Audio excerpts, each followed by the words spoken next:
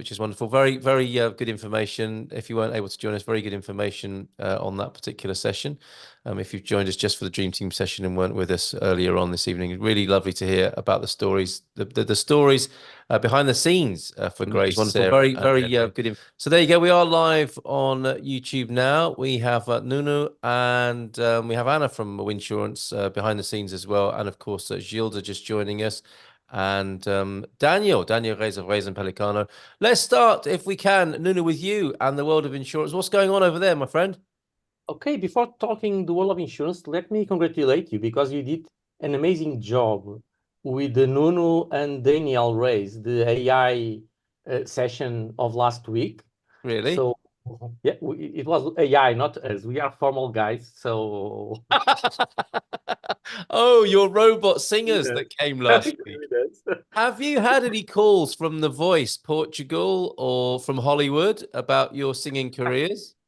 No. Maybe the AI guys that you prepared to the Dream Team session. We got a call, Carl, from Simon Cowell, who's a music presenter in England, big music presenter in England. Yeah. So we got a call from him, Nuno. He said, please, whatever you do, don't let those guys come to England. So the border forces have been alerted, have they, in the United Kingdom? Yeah, they have bad memories. Maybe 40 years ago, because it was Manchester who they don't like us at all. Oh, okay. Sporting in Manchester. It's for a number of reasons then. Okay, fair enough. I did actually think it was the start of your European tour and that you were going to Eurovision, but I didn't see you there either on Saturday night. You look great on that stage, you two. Okay, we're not us.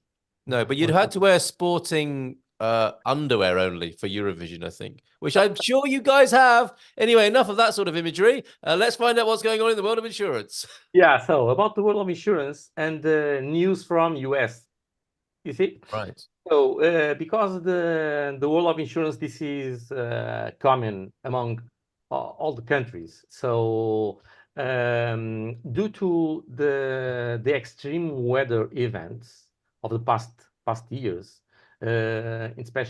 especially floods and storms, according to CBS, insurance companies has Allstate and State Farm, they have stopped renewing insurance policies in some states like California and Florida.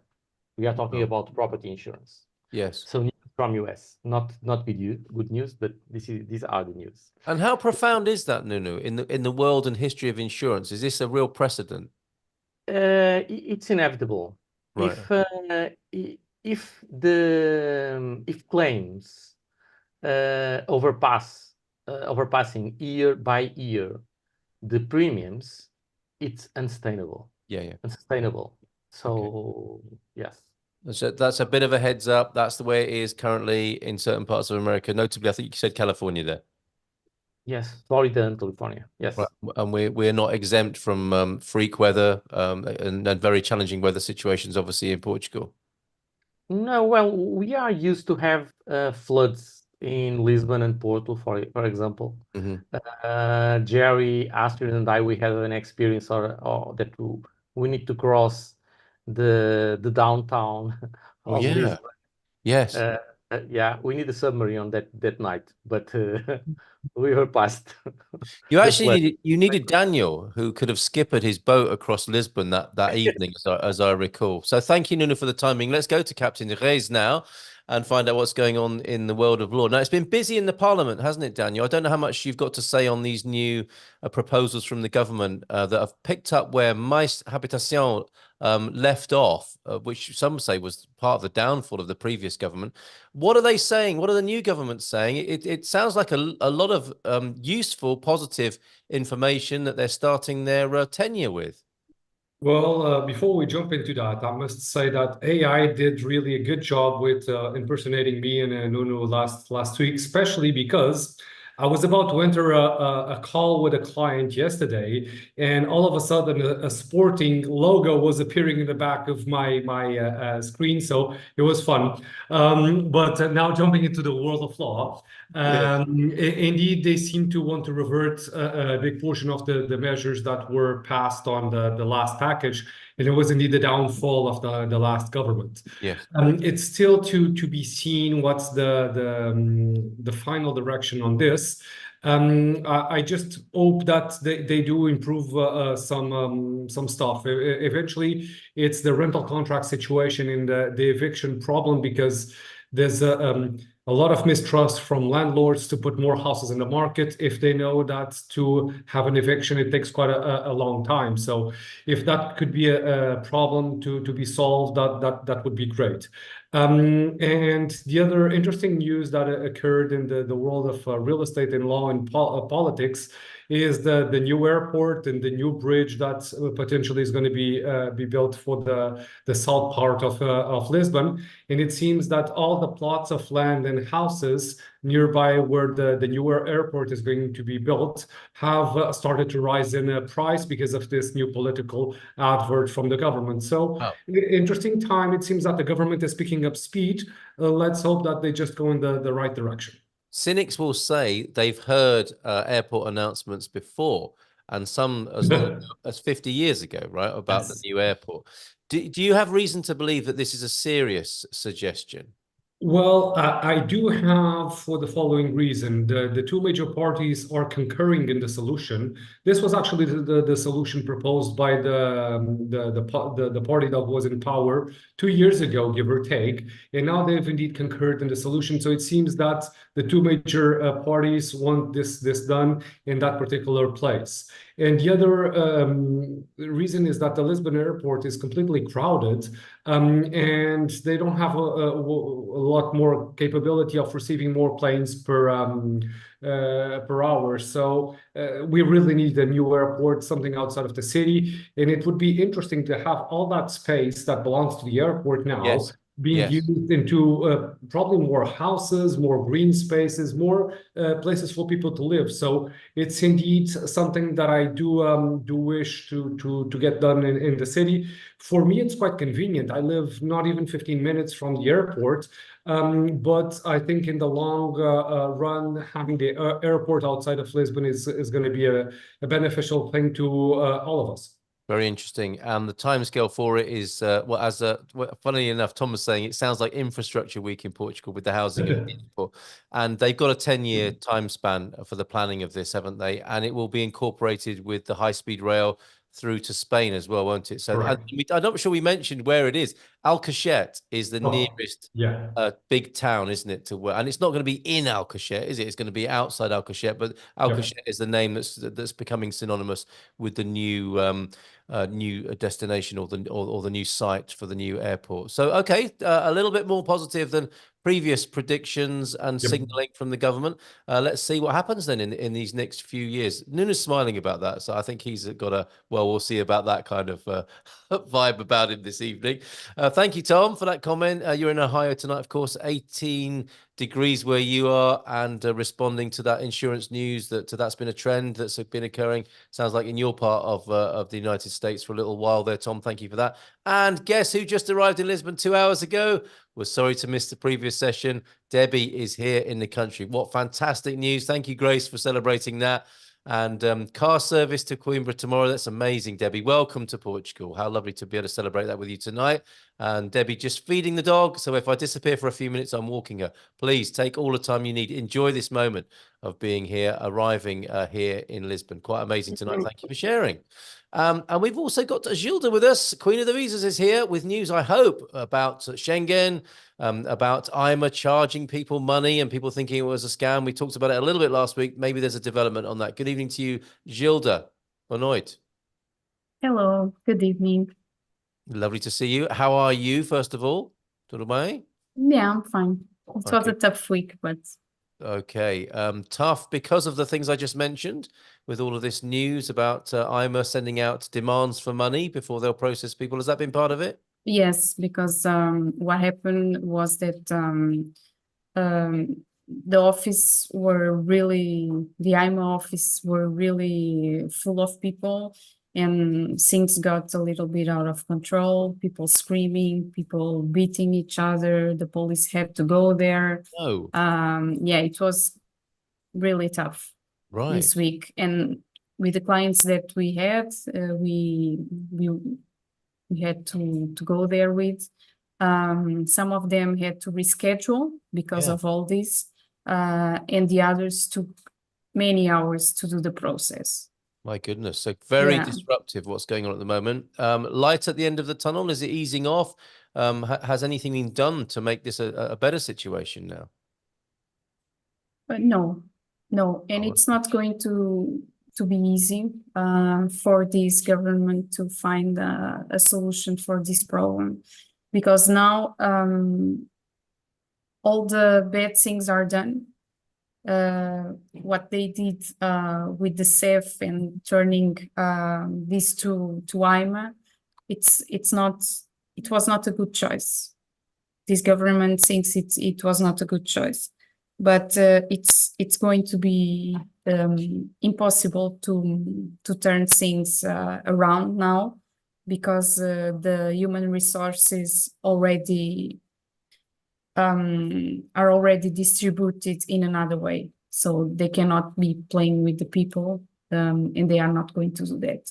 No, that wouldn't be fair, would it? No. Given all that those personnel have been through in the last few years, but certainly in the last year, I mean, they need looking after. They've been under tremendous pressure, and for them to do their jobs properly, I think they need a little bit more support rather than having to face another U-turn or some similar situation. Yes, and also a big problem is the system, the informatic system. It doesn't seem to work at all. This is we're not talking about the Schengen system. No, not even that one. We are still talking about the IMA and the renewals.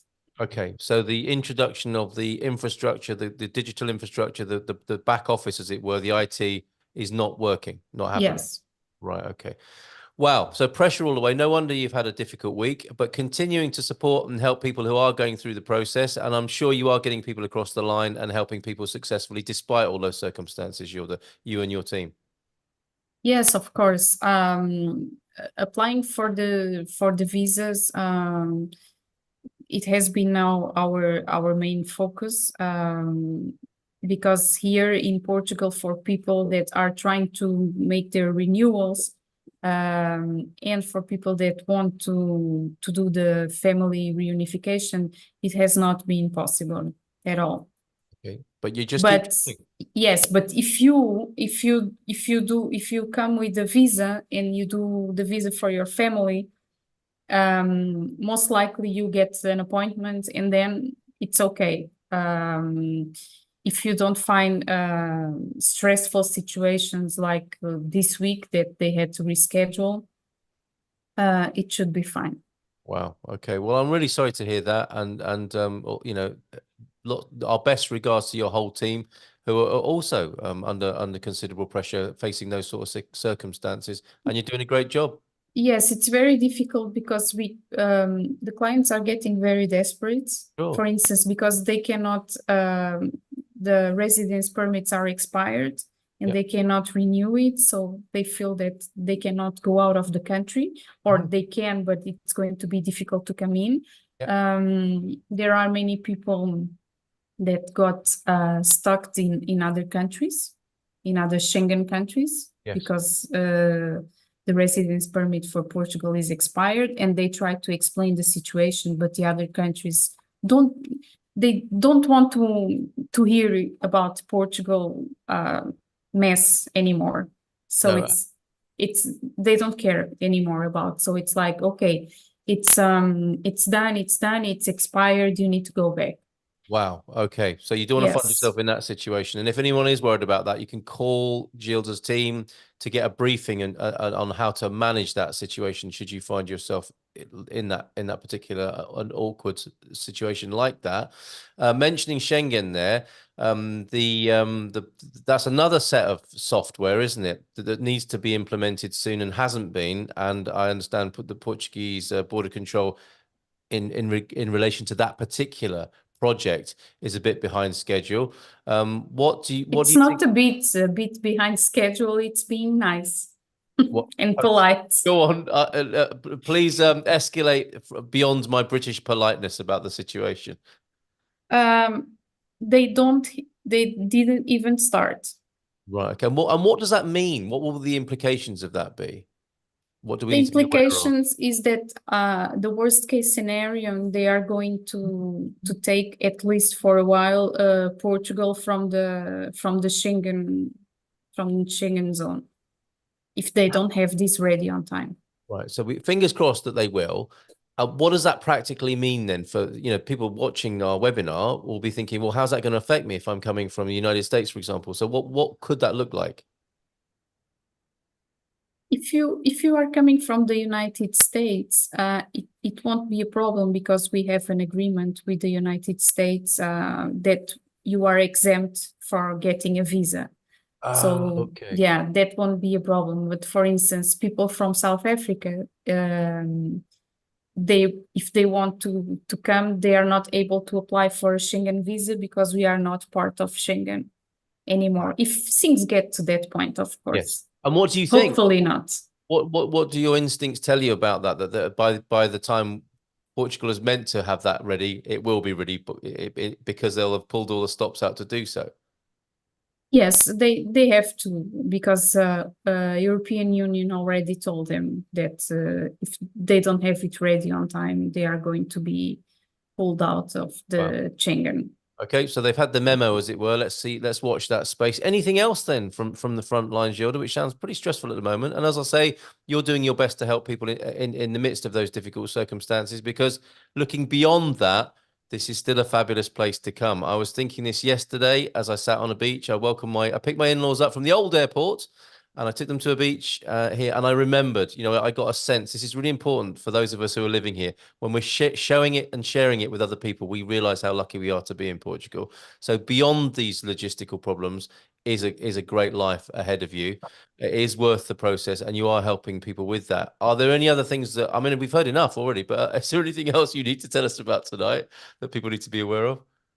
One good news is excellent. that, yeah, one good news is that the consulates seem to be working better. Yes. And I know that the consulates were approved to hire more people. So yes, so it's more likely the visa process are going to be speed up. Okay, good to know. A little bit of good news there, a little bit of light at the end of the tunnel, and hoping we'll hear more of that in the coming weeks. Thank you for being here. Any questions about visas, please pop them into the chat. We have questions coming in from YouTube as well. So let's run out of time tonight. Get your questions in. Anything to do with any aspect, not just insurance or law or visas, anything else you want to know about moving to Portugal, this panel and the community here glad to help this evening. So I'll go over to the first question that's come over from YouTube. The Now News in with a 4-part question, which I suspect is for you, Gilda. People who came to Portugal, good evening to you, the Now News. People who came to Portugal on a tourist visa and applied for residency under Article 88B or 89B, this is very specific, until April 2023, have received emails to get their residency card. Part 2 of this message. Indians who applied for the D2 visa in June 23 are waiting for visa approval for 11 months. So going to Portugal on a tourist visa would have given higher chances of getting their residency card. And it's amazing, isn't it, how people learn about all these nuances. At this point, D2 visas from India look like a joke, which require you to pay 1 year's rent for a house where you can't live, purchase 1 year's insurance, and show flight tickets you can't use. 88B, 89B, very technical. Applicants can live in Portugal and sue IMA after waiting 6 months for residency card, but D2 visa applicants can only wait in home country and email to the embassy that never answers back. What do you have to say about that scenario? Because people will be looking at ways to work around the system, won't they, and out of their frustration, Gilda? Yes. What I have to say about that is that, unfortunately, he's completely right. And the system is so bad that it's now penalizing people that want to do the things as they should be. Yes. Getting a D2 is the the right way of doing it, instead of coming with the temporary visa or with the Schengen visa and then staying in Portugal. Yes. So why wouldn't they analyze the process and grant the visa? And yes, I know it's taking a long time and it doesn't make sense, because you know that for all the residency visas, you need to show 1 year insurance and 1 year rental agreement. But for most people, after 3 months, they are able to come and to live in the house and to actually do all those things. But the processes in India are taking, India, Pakistan, and some of them in Dubai are taking so long that these people keep paying a rental agreement and they just don't see nothing, and they are penalized for doing the right thing, which is very sad. Very sad situation. And I think you may have had a meeting with some government officials, I think, that you mentioned before. Do you get any sense that there is going to be a task force or some specific and focused action to put this right? About the consulates, yes, they have a plan and they have a plan structured. About the IMA, it's a little bit more complicated. Okay, so longer term, but that's what yes, we really it's a longer term, and it has many political issues involved. Yes, yeah, and presumably, if people are taking that route of suing IMA, that will create a squeaky wheel that needs oiling, if I can put it that way, and some government attention. Okay, let's hope for that.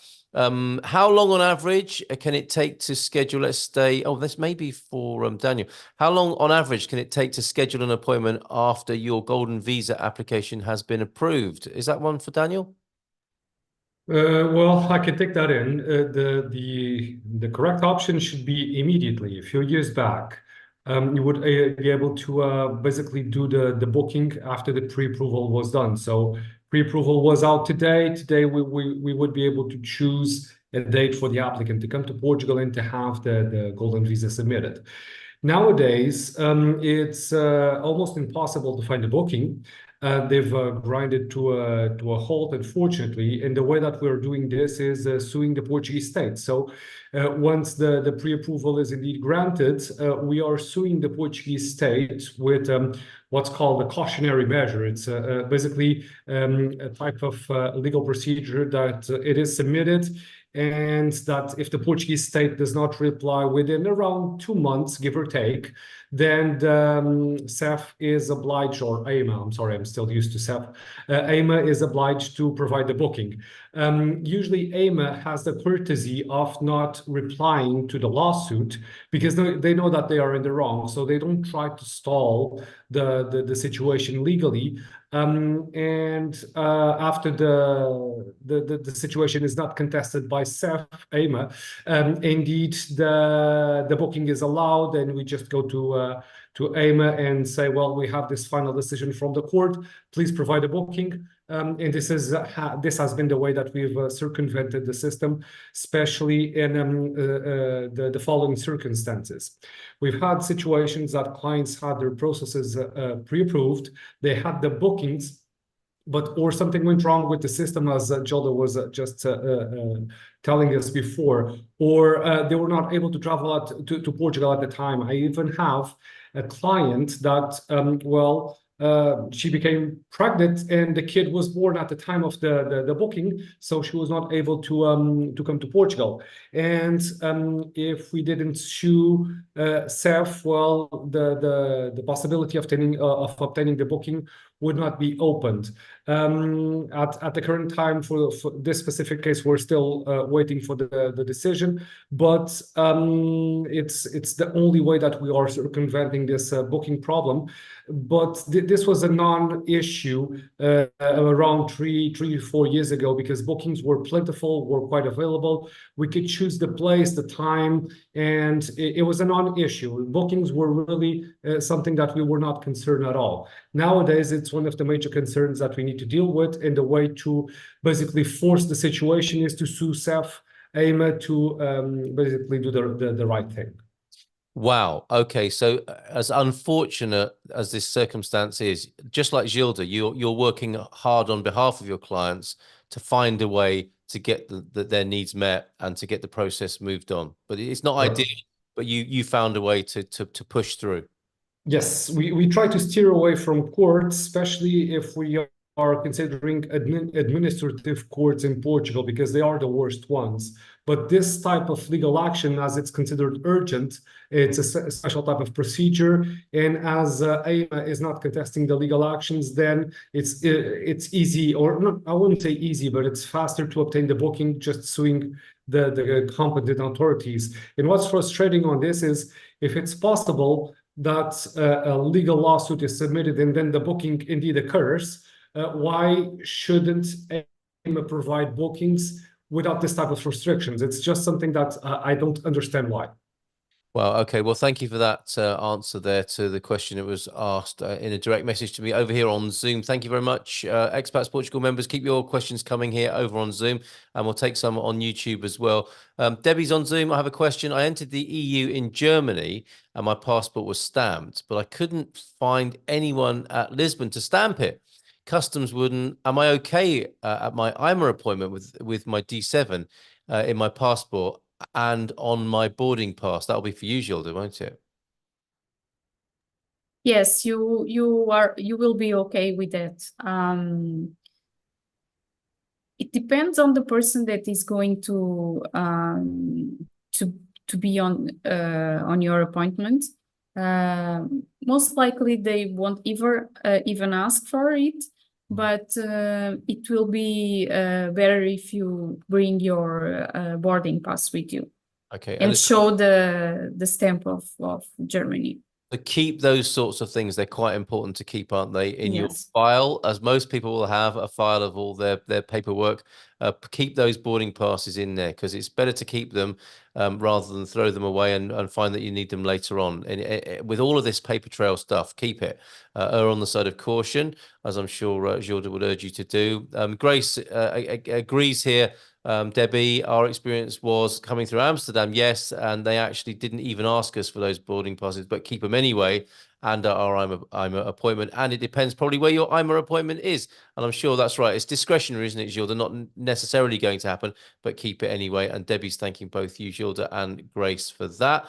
Thank you very much indeed. Let's go over to YouTube then, see what's happening over there. I think we addressed your point there, Nano. Hamad Haider is there. Hi, everyone. Any news about new nationality law time counts for the manifest interests? Has anyone received certificate of residence from IMA or submitted an application under this law? For Hamad there, Daniel, what's the situation? Well, we're still waiting for the certificates of accounting of time that we requested under this new law. So what is interesting is that if the interpretation that we're doing from the law is correct, it will be counted from the time that the manifestação de interesse or the expression of interest delivery was done. So it was submitted, and not from the time of the booking, not from the time that the card was indeed approved. And the same goes for the golden visa. It's the time of the submission and the payment of the initial fees of the golden visa. So this is the interpretation that the majority of people are having towards this new law. But just to be sure on this situation, we have a couple of clients that were in the middle of this situation, golden visa clients. And indeed, we've requested the certificate of accounting of time, but it takes a few weeks to be issued, and they were not issued yet. Therefore, once the first certificate is indeed issued, I can provide a bit more guidance, but we are hopeful that this will indeed allow a lot of people to access the Portuguese nationality way sooner than they were expected. There you go. Thanks for that, Daniel. For you, Hamad there. Evening all from Jackie, who's joined us on the YouTube channel of Expats Portugal as well. Make sure you're subscribed, by the way, if you've not done so already. Nubianet says, "Hola, the airport was pretty packed each time I was there." It is absolutely, as Daniel was saying, at capacity, isn't it? Airports are often toxic due to fuel storage, and that'll be a lot to clean up. Yeah, I mean, before they do build any or turn it back to green space, open space or housing, they've got a lot of toxic waste to deal with there, I suspect. And Hamad saying also, back to you then, Daniel, what is the process for resident card renewal? Is it still online? What documents are required? And can we do renewal before expiry of the card, or do we have Right, to yeah. wait for IMA? That's until the question. Yeah, sorry, I thought that was connected to the earlier question. So yes, process for resident card renewal, is it still online? That's an interesting question, isn't it, Jorda? I wish I could answer. Right, that's why it's an interesting question. It's meant to be online, isn't it? I guess we could say. Yes, it's meant to be, and then it was in presence, making a booking with the IRN, and then it was online again, and now it isn't anywhere. Yeah. Okay. Sorry, can't be more helpful than that, Hamid, tonight. It's beyond our control. Graham, this staying with you, Gilda. Graham's asking, what's the latest timescale for D7 Part 1 processing? Is the upheaval with IMA causing longer delays? On average, how many weeks are you finding it takes? Depends where, doesn't it? Yeah, it depends where.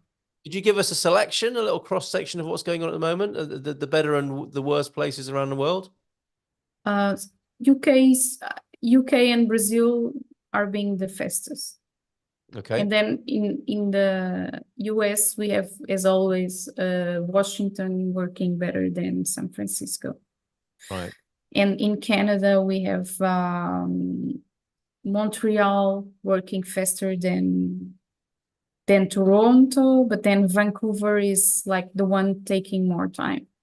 Okay, well, thank you for that little snapshot. If you want to tell us your specific part of the world, we can be a bit more helpful with that. So thank you, Gilda. Good news for you. Nice testimonial. Some good news from Lex. Thanks to EI's help, I received my NHR today. Muito obrigado. That's good news, isn't it? Excellent stuff. And Lisbon Airport is great, says Jose Mario, at least compared to Newark and most US airports that are anywhere that anyone wants to go. Yes, interesting. It's all relative, isn't it? And I like Lisbon Airport, but as Daniel says, it is up to capacity and an alternative is required. Let's go back over to YouTube then. Good evening to you, Dimash, as well. And thank you, Hamad, for your continued questions over there. Please let us know about the new border control. How will it impact us? What data will be shared? Is it entry or exit information or more? Now, is Hamad, I think, probably talking about this new Schengen ring of security. Do you know much about that, Gilda, and what information will be required, kept, and so on? Or will it be pretty much as it is already, but it will just be Schengen shared or Schengen held rather than nationally sovereignly held? Well,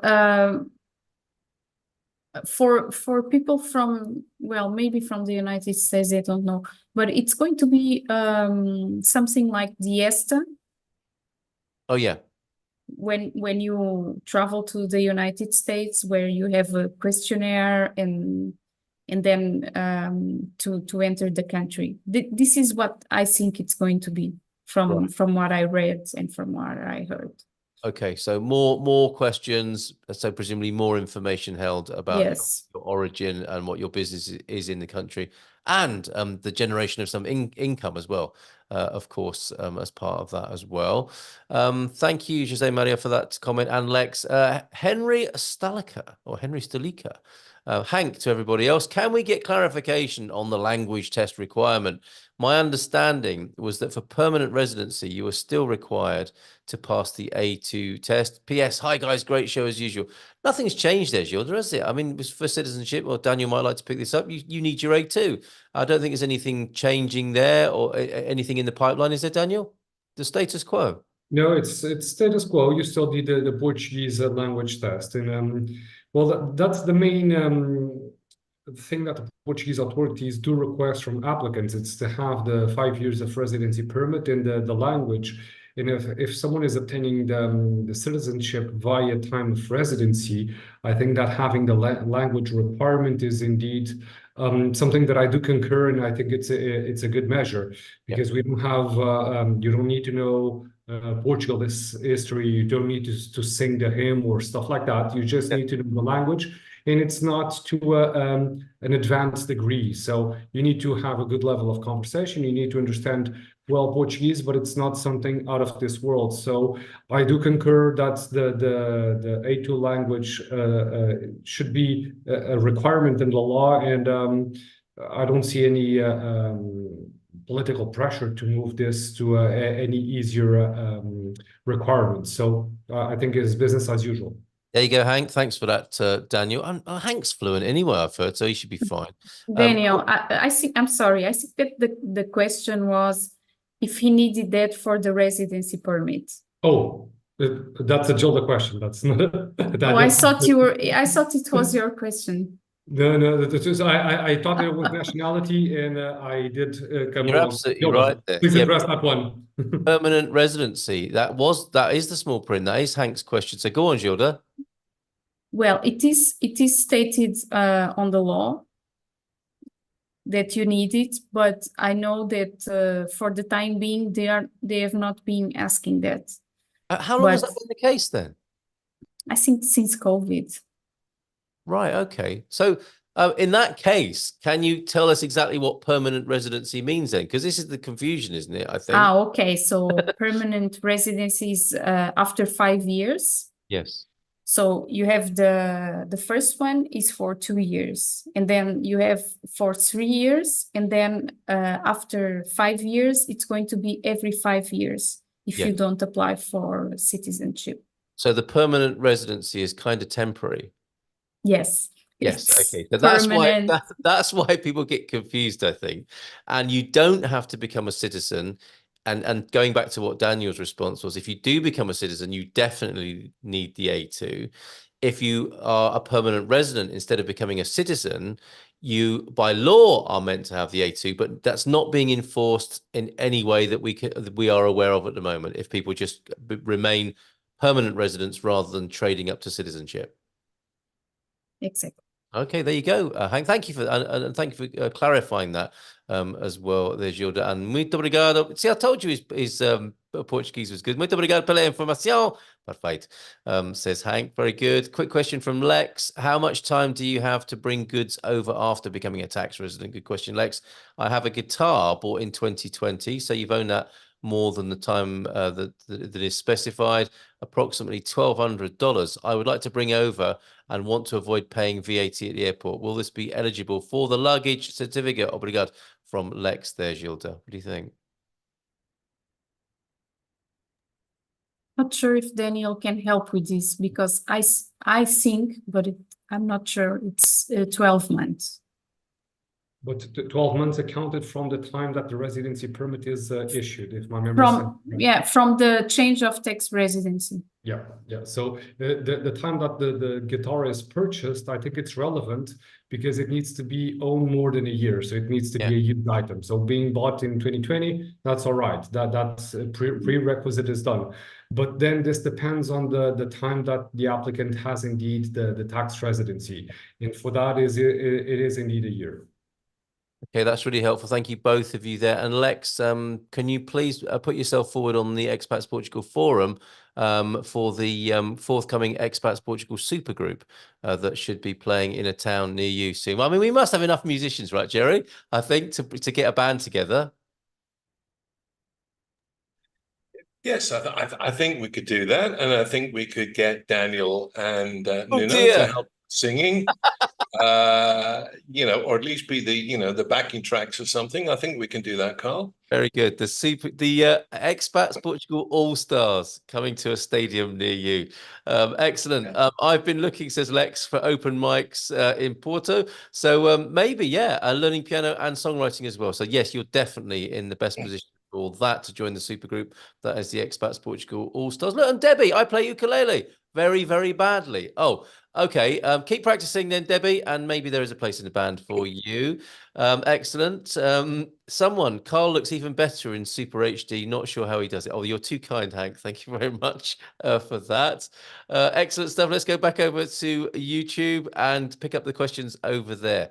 John Gibson, will we need to have a funded Portuguese bank account with 1 year minimum wage for temporary resident renewal like our initial meeting, just bank statements showing a flow of passive income into our bank? Gilda, please, can you answer that one? Yes, it will be enough to show the bank statements with your passive income coming every month, and of course, this passive income needs to be higher than the Portuguese minimum wage. That's something I haven't heard from the new government. Have they been making sounds about raising the minimum wage, or will it be a sort of annual thing at the beginning of the new year, do you think, Gilda? It's an annual thing that needs to be approved by the, Daniel, how do you call it? The budgets. Yes, the annual budget. The annual budget, yeah.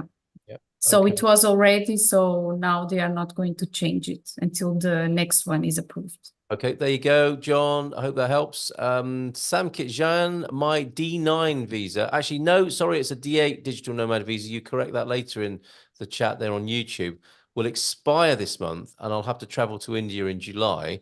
Of course, I won't be able to return back with an expired visa, but it is there a workaround in this situation? I feel stuck. So what would you suggest in that situation? An expiring D8 and someone who feels stuck because they're meant to return, but presumably don't want to.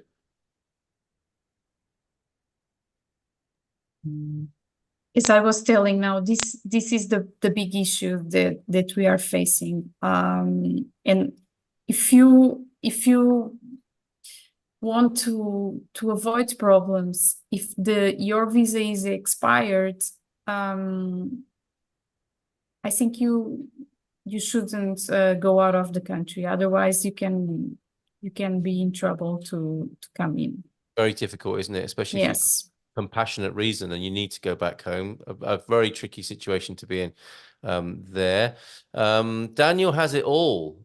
Singer, sailor, athlete, and superhero too. He's yet to reveal that to us. However, he might do that next Thursday because he'll share his superhero skills with us when it comes to figuring out wills for people. Do you want to tell us a little bit about what we'll be talking about next Thursday, Daniel? It's a special with you, isn't it?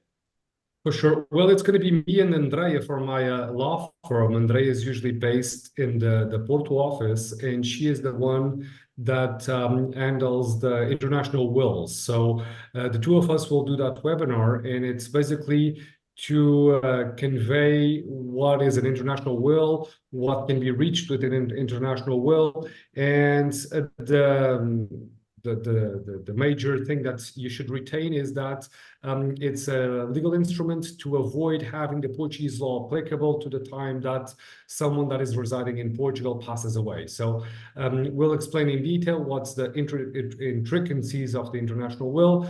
And if you don't like the Portuguese law, as I don't, in terms of selecting on how the assets that are owned in Portugal will be distributed, it's a really, really interesting instrument to have. So stay tuned, and next Thursday we'll have indeed a good webinar, at least I hope. Yeah, and superheroes often come in pairs, don't they? So Andrea and Daniel, 7:30. You will be my sidekick. The Expats Portugal webinar next week. Fantastic. Thanks for that, Daniel. And apparently you could be a Gucci model too, says Hank. Hi, from Linda and Derek. Question for possibly Daniel and Nunu. Being here a year now, annual renewals of things like car leases, rental agreements, and health insurance. Our first was our lease, and it had gone up a small amount. However, we discovered that the direct debit has to be amended at the bank. In the UK, the bank automatically adjusts this. So, for example, Nuno, how do we complete a new one for MGen? So there you go. Yes, that's an interesting question from Derek. Good evening to you, Derek. Thanks for being here. Hi to you and Linda. When you come to your next year's policy, how is that adjusted? What do people have to do to make sure you get the right amount of money for their policy, Nuno? Okay, so health insurance is most of the times set to direct debit payment. And when I say most of the time, if his monthly payment is 100% of the times. And the insurer, not the broker, not us insurance, is the insurer who do the direct debit, okay? Also, and this is settled by law, that insurers need to send to customers with 60 or 45 days in advance a letter, an email, a message informing about the new conditions, okay? And the new conditions could involve insurance premiums, some change on the coverages or the copays or limits, whatever. So we know that we are having, and this is across the whole country, problems with the mail, the typical mail, not email, because a lot of people is complaining that they are not receiving the documentation. Nevertheless, when we check the insurer's system, we see that they sent it. So you can contact us and we'll let you know. But the insurer for sure send you this information about the insurance premium for the next annuity. All right. And so you do probably need to check with the various people who want to charge you money. That's the insurance situation, isn't it? But it's going to be maybe different with different people offering different services. Could you detail the question? I mean, that's the insurance scenario, isn't it, for you from the insurance industry? But Yes. Derek's talking about payments, on car leases, and that's where it came unstuck by the sound of it, that he discovered that he had to amend the direct debit at the bank with the lease agreement for the house rental. Does he just need to check with each particular service that's being offered, because it might be different in each case? Yes, because insurance business is highly regulated by the Portuguese regulated of the market, but plenty of other services are not regulated at all. So they are not obliged to send that information in advance. Oh, okay. So I hope that helps, Derek. If you want to give us more specifics on services, other people might be able to help who've been in that situation, as people who've been here and going into their second year and what their experience might be. So yeah, all the best to you in the Algarve there, Linda and Derek. Let's go back in the last few moments. Then, if you've got questions, please get them in. We'll try and squeeze in a cultural question, a society question as well. This is a really bad time for my mouse to give up. Let's go to YouTube. Oh, I've managed to do that. Thank you very much for all your kind comments over there on YouTube as well. Thanks very much. Thanks, team, for all you do. Wondering how long, on average, is it currently taking to evict a tenant for non-payment? You mentioned this earlier on, didn't you, Daniel? Trying to decide if it's worth investing for long-term rentals if I want to move in afterwards. Now, that's only consideration, isn't it? What would you say about that, Daniel? Well, what I usually do recommend for someone that wants to have a long-term rental is to ask for guarantors in Portugal. Right. People that are settled in Portugal for quite a long time, or either Portuguese citizens or people that live in Portugal for a really long time. Because without a guarantor in the contracts, it's difficult to basically claim the money back. So I know that for foreigners, for instance, it's quite difficult for them to obtain a guarantor, and Noodle does have a product for that in terms of an insurance. But in terms of property owners that want to rent, indeed, it's my best advice is to obtain a guarantor, but because at least one or more, it doesn't need to be just one. Because if you're not able to charge the rent from the tenant, having this guarantor is at least a good guarantee that you'll see a portion of the money back, or the amount of the money back. But an eviction lawsuit in Portugal, it's something to take between 9 months to more than a year, sometimes even more. I have cases in court that were waiting for eviction for a year and a half. So it depends quite a lot on where it lands, what is the court that is deciding the lawsuit, but it's slow. So indeed, having a good background check on the person that you're renting and having a guarantor is adamant to some peace of mind when you're doing long-term rentals. Okay, and from a practical point of view, I mean, it's worth letting to somebody who you suspect might be moving on, and that might be somebody who needs a 12-month lease for their visa, for example. Correct. Yeah. Okay. It's basically get to know your tenant before you sign the contract. And my usual recommendation is people that have families that want to settle down, they usually don't want any problems with courts. For other people, I know that this is a bit harsh, but if you are single and you don't have a family, probably it's going to be a bit more difficult for you to rent, because the landlords do look into these situations like this. Interesting. Okay, thank you for that background information there. Hope that helps. That was for, who was that who was asking that question? Thank you over there on YouTube. That would have been Jay Santos. Gilda, Graham is in the UK and attended Manchester, and I think you said Manchester's working pretty well. Yes, Excellent. Okay, that's good news for you there, Graham, who attended in Manchester. Good luck with your process. Vicky, thank you for this. Always such great information, and looking forward to the great seminar that you're expecting next week with Daniel. We'll look forward to that. You say, and thanks, team, from Jay Santos, whose question we just answered there. Awesome from John Gibson. Still loving Lagos. Never want to leave. Isn't that brilliant? Global Nobles also here. You guys are great. True definition of a dream team. Isn't that fantastic?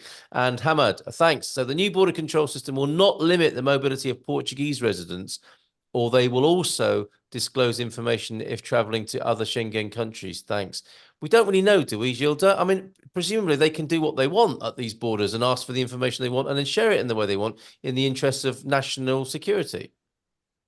Yes, but I need to read and study the new Schengen agreement. I didn't have time for that yet because we understand you're pretty busy with a few other so things. many things in Portugal. Right. I can't. Absolutely, no, totally get that, and thank you. And in due course, we will come to that because it's going to become more and more an issue, of course, as people face that Schengen border as they come into the country. So thank you for that question as well, Hamad there. Let's ask you this cultural question. There may be a few more questions that come in between now and 10 o'clock this evening. Thank you for working behind the scenes as well there, Anna and Nunu. I know you've all been busy as well as answering questions on screen.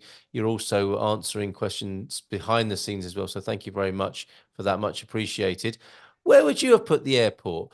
Daniel, you seem to think Alcochete is quite a good idea. And you mentioned, isn't it amazing? Within days of it being announced, property prices are changing already because of that. Ideally, where would you have put it? And, you know, what other infrastructure would you have connected your dream airport? Where would you have put it?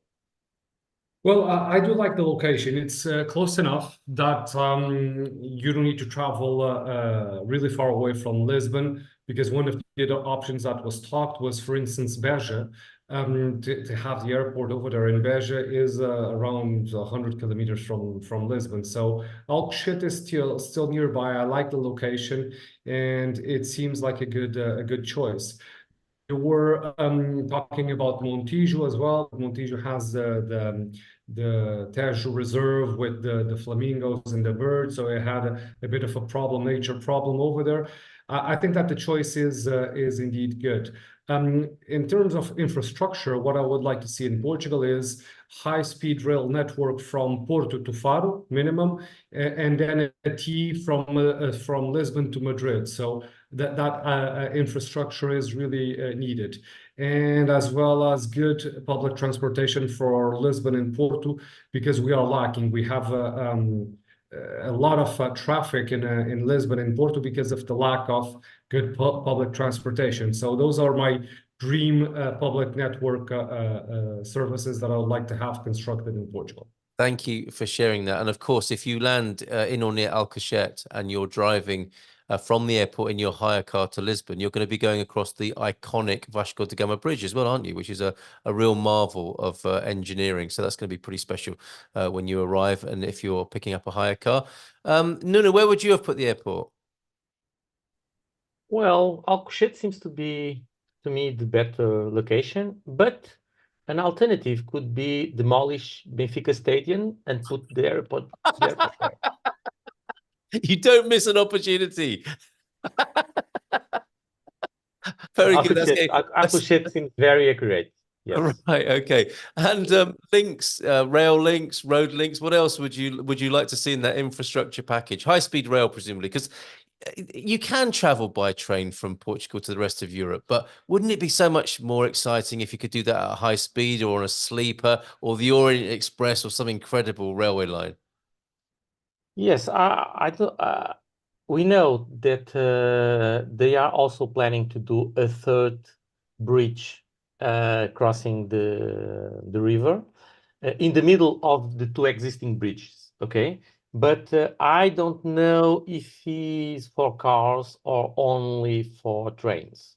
Right. So this is what I really don't know. I don't know if Gilda or Daniel they know, but I believe that once the airport there, they create transportation all the time. So supposedly.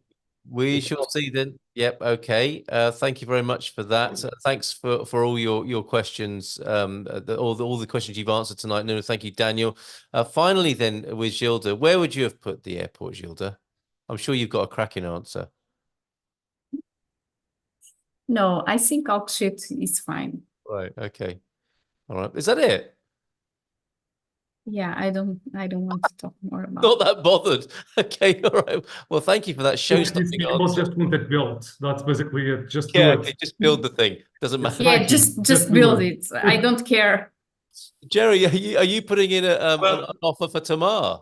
Well, I think it's quite interesting that what France has done, where France is banning internal flights.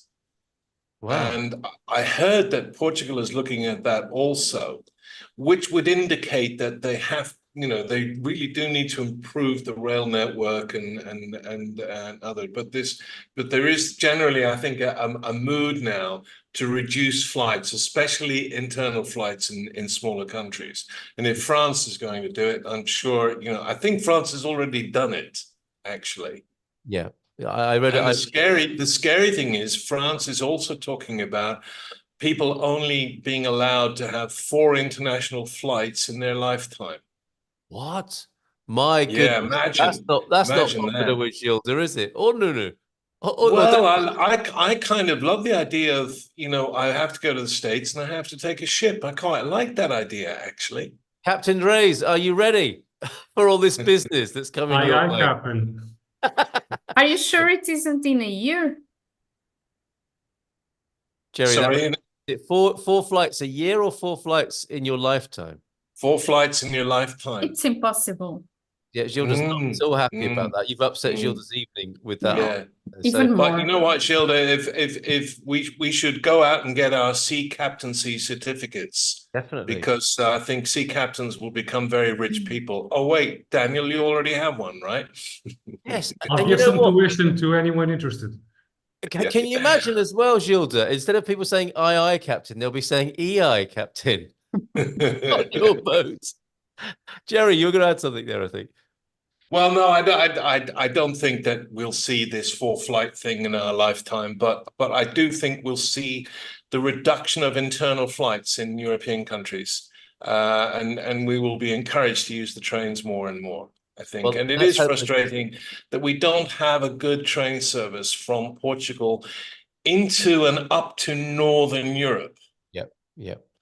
Well, who knows? That might come, and people will. I think, as Hank is saying, if they do build those things, people will use them. If they're well priced. And I saw a British news story the other day. A guy fancied eating some Nando's, which is a chicken chain in the UK, and he managed to fly to the Algarve from the UK and buy barbecue chicken, grilled chicken here in Portugal. He managed to buy it cheaper by flying to Portugal and eating it in a Portuguese cafe than eating it in Nando's back in the UK. That's where we're at with this crazy stuff with the airlines. Yeah. I think we need a happy medium, a balance, don't we, in the middle somewhere? And that's caused quite a lot of flurry of conversation. We have to finish now. It's 10 o'clock. Thank you, everybody. I think, Lex, we managed to answer your question behind the scenes. So do get in touch with Nunu about that a freelancer business insurance there. And I think Grace as well. Thank you for your earlier job this evening. We really enjoyed talking to you. And I think the social security number, I hope you've got a good answer on that as well. And let's take questions, anything like that. Let's take them to the forum and get the help of the whole community. So thanks so much to you, Queen of the Visas, to the King of Law, and to our wonderful sporting. I think he's a sporting fan. Something gives me the idea that he's a sporting fan. Nuno Mensch, of course, of Winsurance. We'll see you all again next week. I think, Astrid, we've covered the fact that we have Daniel in the webinar seat next Thursday at 7:30. Anything else to announce? No, I think that's it. That's it. Just what's happening next week. All right, wonderful. Okay, enjoy the rest of your evening. Take care, everybody. Thank you. Thanks so much for being here. Thank you, Carl. Thank you. Good night.